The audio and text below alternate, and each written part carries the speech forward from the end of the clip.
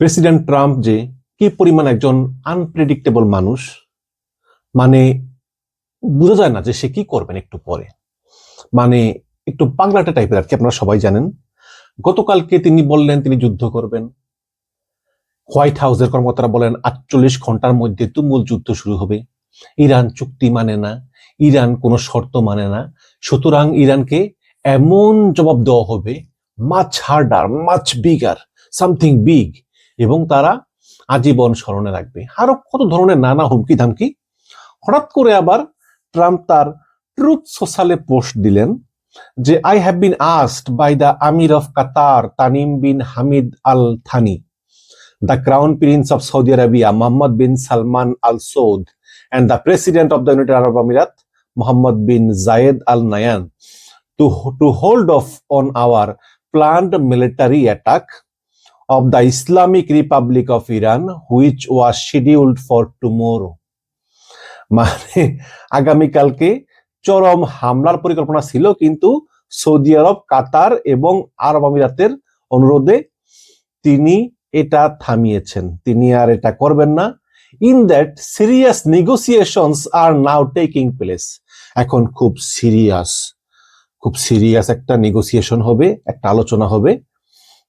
And that in their opinion as great leaders and allies, মানে এই Saudi আরব, আরব আমিরাত এবং কাতার, তারা যেহেতু আমাদের বন্ধু এবং তারা খুব ভালো নেতা, great leaders, a deal will be done, একটা ডিল আসলে ডান হবে, মানে একটা ডিল এইবার হবেই হবে, চুক্তি হবেই হবে, which will be very acceptable to the United states of America as well as all countries in the middle east.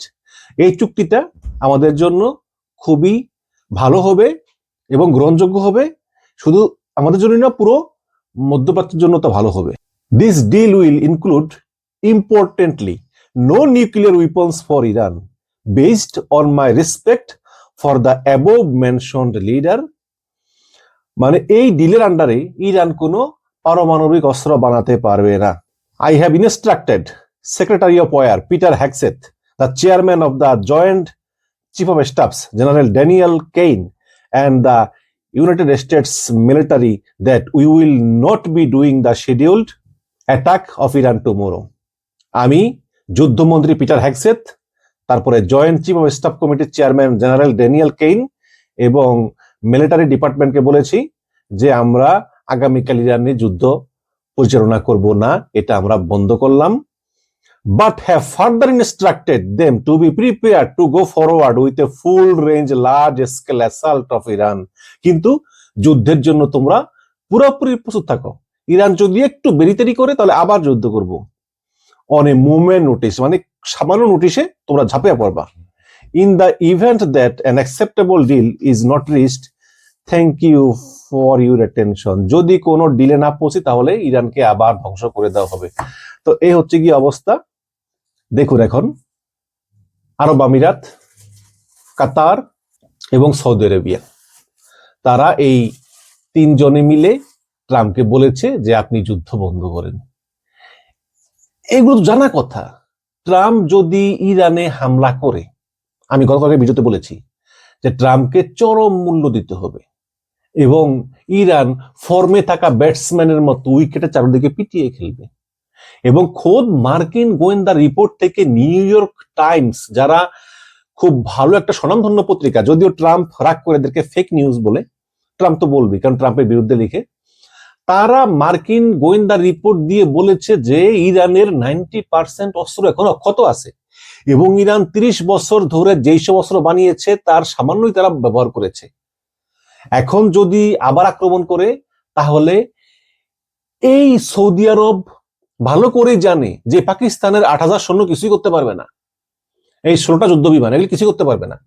এই সৌদি আরব, আরব আমিরাত, কাতার এরা ধ্বংস হয়ে যাবে, ইসরায়েল ধ্বংস হয়ে যাবে, এটা ভালো করেই জানে।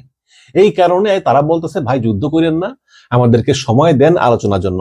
আর সবচেয়ে গুরুত্বপূর্ণ ব্যাপার হচ্ছে, আপনারা জানেন যে ইরান বারে বারে বলছে যে আমরা পরমাণু অস্ত্র নিয়ে কোনো নেগোসিয়েশন করব না, পরমাণু অস্ত্র আমাদের অধিকার।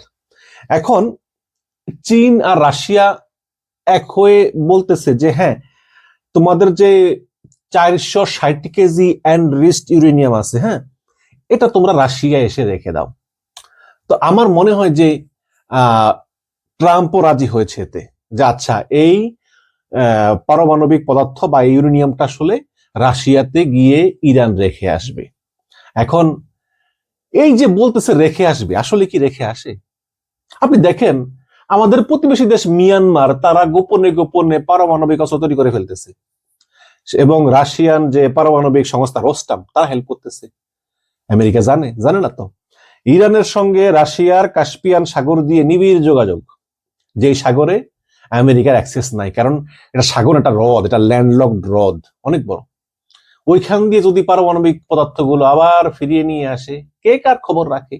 এখন ট্রাম্প চাই ইরান বলুক যে আমাদের পারমাণবিক অস্ত্র নাই, মানে ট্রাম্প এমন বেকায়দায় পড়ছে, কারণ ট্রাম্পকে কিন্তু এই যুদ্ধ বন্ধ করে হরমুজটা ওপেন করতে হবে, এবং এই হরমুজ ওপেন করার ক্ষমতা বিশ্বের কারো নাই যদি ইরান না চায়, কারো নাই। এটা এই 2 মাস ধরে প্রমাণিত। বহু চেষ্টা করেছে কিন্তু হরমুজ ওপেন করতে পারেনি, এবং এই হরমুজের আশেপাশে দিয়ে ইরানের যে 35টা মোবাইল মিসাইল লঞ্চার আছে, তার ভিতর তারা 30টা আবার চালু করে ফেলেছে। হ্যাঁ, তো এখান থেকে কোনো জাহাজ যেতে পারবে না, আর জাহাজ না গেলে তাহলে দামও কমবে না, বিশ্ব অর্থনীতি এভাবে ধ্বংস হয়ে যাবে। এখন এই কারণেই ট্রাম্প চাইতেছে যে এই হরমুজটা ওপেন করতে, একটা ডিল ডান করতে, যেভাবেই হোক না কেন। নিজের যেই ভেজাল নিজে তৈরি করেছে, এটা থেকে মুক্তির জন্য ট্রাম্প পাগল হয়ে গিয়েছে। এখন এই কারণেই বলছে বাবা তোমরা একটা কিছু করো, যাতে মানে মানুষকে দেখানো যায় যে আমি জিতছি। এটা হচ্ছে ট্রাম্পের কথা। তো এই কারণে এখন আপাতত ইরান, সত্য হোক মিথ্যা হোক, তারা বলতেছে তারা এটা রাশিয়াতে গিয়ে রেখে আসবে।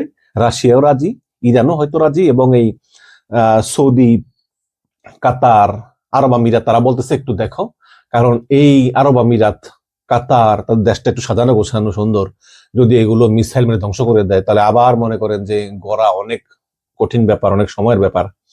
ইসরায়েলের একই অবস্থা। এই কারণে তারা বলতেছে একটু পোস্টপোন করো। ওটা তো ট্রাম্প আসলে মানে এই তোরে মাইর আলম খেলম আছে না, ওই যে আমরা পড়ছি যে বার্কিং ডগ সেলডম বাইটস, মানে ঘেউ ঘেউ করা কুত্তা কদাচিৎ কামড়ায়।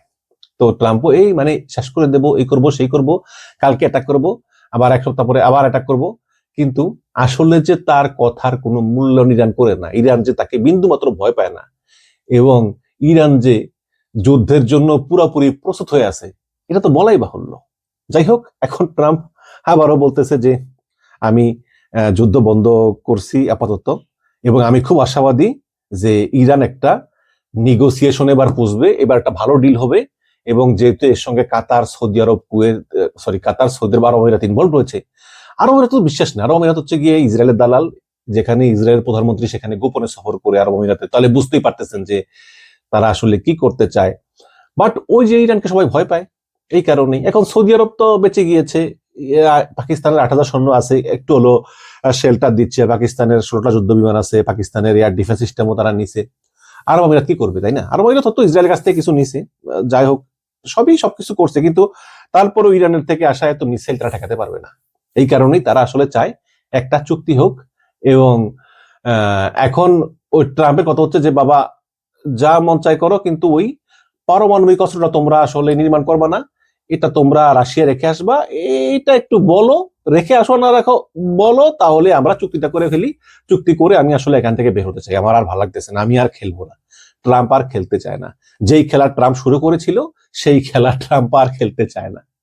এখন আমি আশাবাদী যে খুব শীঘ্রই একটা চুক্তি হয়ে ইরানকে এবারের মতো ছেড়ে দিবে, আর ইরানও এবারের মতো বলে ঠিক আছে বাবা, যাই হোক না হোক আমরা চলে যাই। তবে এতে একটা জিনিস প্রমাণিত, যে সমস্ত পুরো বিশ্বে মার্কিন প্রভাব ধীরে ধীরে কমবে, অলরেডি অনেক কমেছে, ধীরে ধীরে আরো কমবে, এবং ইরান পৃথিবীর অন্যতম একটি শক্তিশালী রাষ্ট্রে পরিণত হবে, যেমন আমেরিকা, রাশিয়া, চায়না, এরপরেই চলে আসবে ইরানের নাম, তারপরে যাবে ভারত, ইংল্যান্ড, ফ্রান্স।